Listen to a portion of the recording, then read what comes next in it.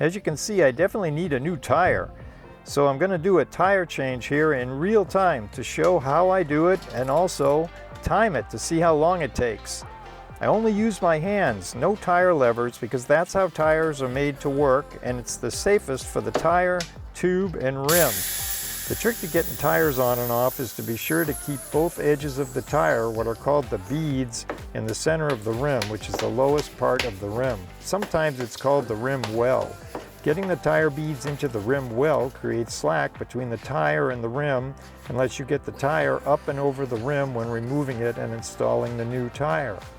If you don't get the beads down in the middle of the rim like this, the tire won't want to come off because it's basically locked on when it's fully seated up high on the rim.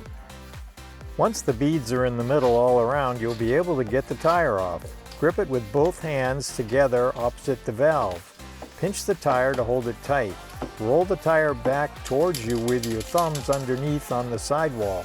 With this grip, pull up on the tire to get it up and over the rim and push to roll it off the rim. Let's do that again in slow motion.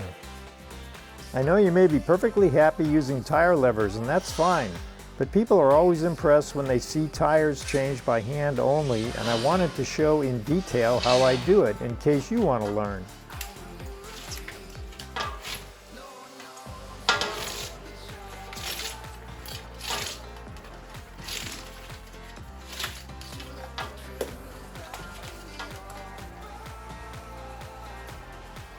The purpose of barely inflating the tube is to ensure it stays up inside the tire and can't get underneath the beads of the tire during installation.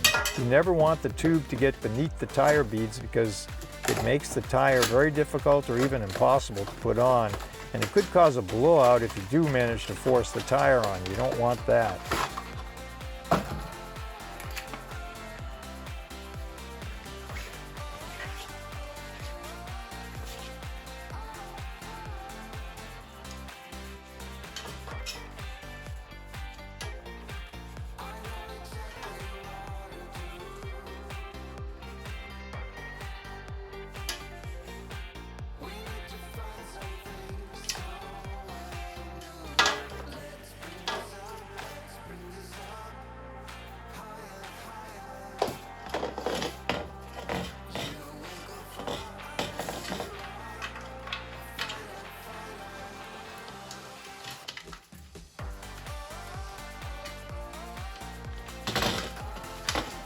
I first get the lower bead, just that one side of the tire, on the rim all the way around. You want to keep checking the tire with your fingers as you work to make sure it's staying on the rim because it can tend to want to come off, especially right at the valve stem. Push the valve stem up inside the tire a bit if needed to get the first tire bead to seat inside the rim.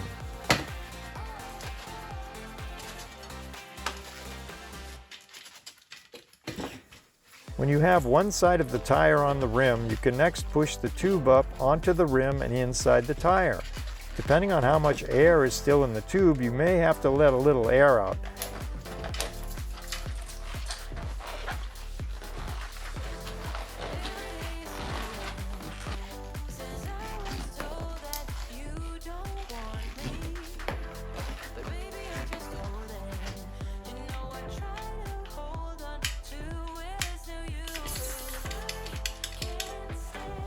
Once you have the tube fully inside the tire, start pushing the other side of the tire on at the point on the wheel that's directly opposite the valve.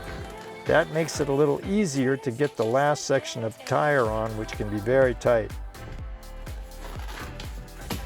This is a standard clincher tire, not a tubeless tire. It has a tube inside and it's on a tubeless ready rim. It's a combination that makes for a tight fit. I'll still get the tire on and off with only my hands, but it's not as easy as if it was a tubeless tire without a tube or a standard, not tubeless ready rim. You'll see that this is a tight tire here like many are today. If your tire is super tight, be sure to watch to the end of this video for a list of tips and tricks and tools for dealing with tight tires to make them easier to get on.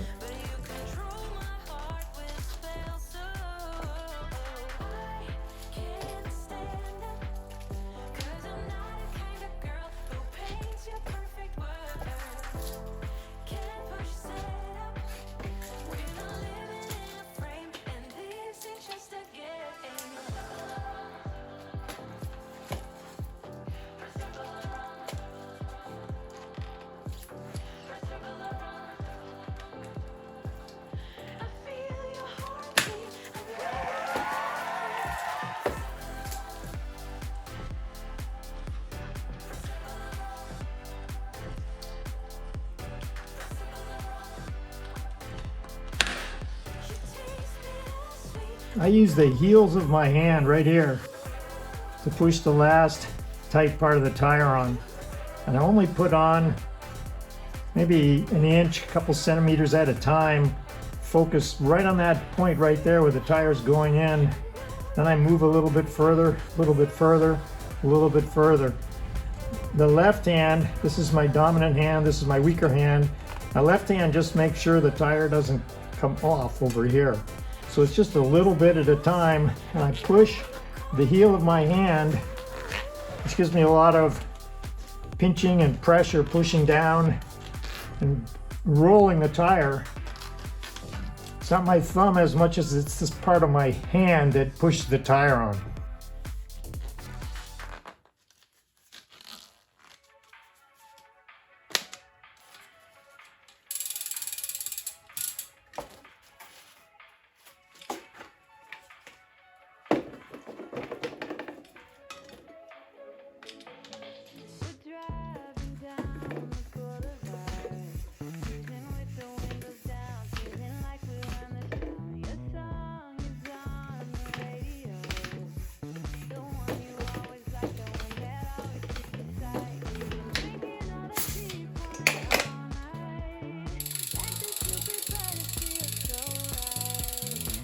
This line is the tire seating line. When the tire is correctly seated on the rim, this line will be equidistant from the rim all the way around the wheel on both sides of the tire.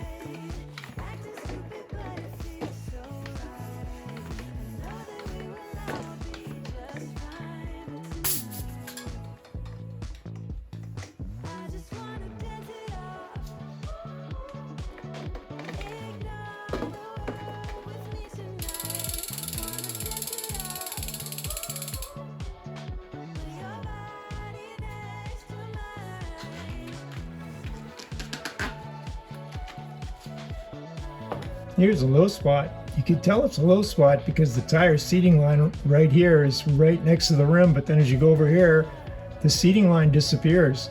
That's because it's underneath the rim over here. You can also tell because there's a molded line right here in the tire. See the distance from here to here? Then look over here, look how much lower this is. That means the tire is crooked on the rim, and what you want to do is pull the low spot up and out, which I do with my hands.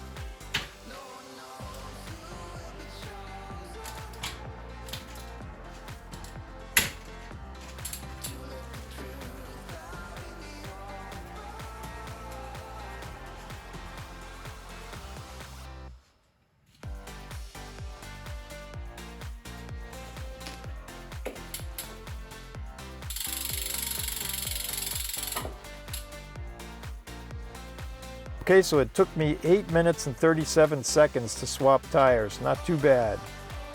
If you're having trouble getting really tight tires on, here are some tips, tricks, and tools that can help.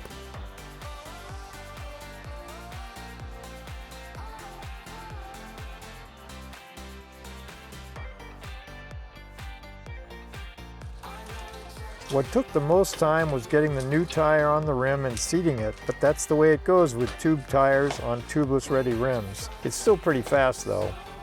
I hope you enjoyed the tire change and that some of these tips help you with your next one. It would be great if you would share your best tire changing tips in a comment. And don't forget to subscribe to the channel if you haven't already. I appreciate the support.